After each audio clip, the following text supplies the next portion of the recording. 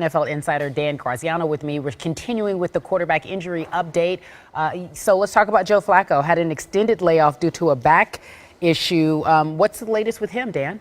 Carrie, the expectation the Ravens have is that Joe Flacco will return to practice at some point in the coming days, within the next week. They don't practice today.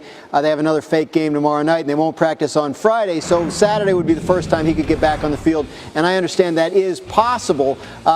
His recovery from the back surgery has been according to plan. It was supposed to be a slow recovery, but it was one whose timetable had him on track to likely play week 1. And assuming no setbacks, assuming he does get back to practice here in the next 4 or 5 days, he should have a full week of practice going into week 1, and that obviously increases the chances that he will be on the field for that opening game.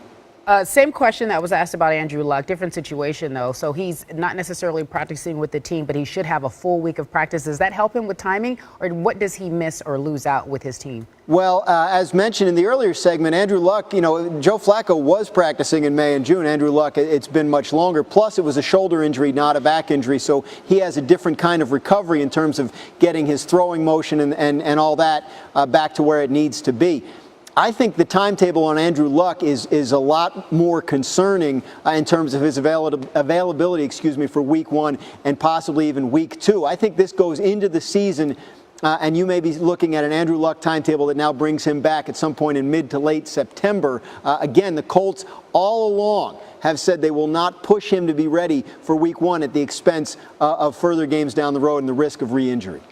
All right. Thank you so much, Dan Graziano. David, back to you.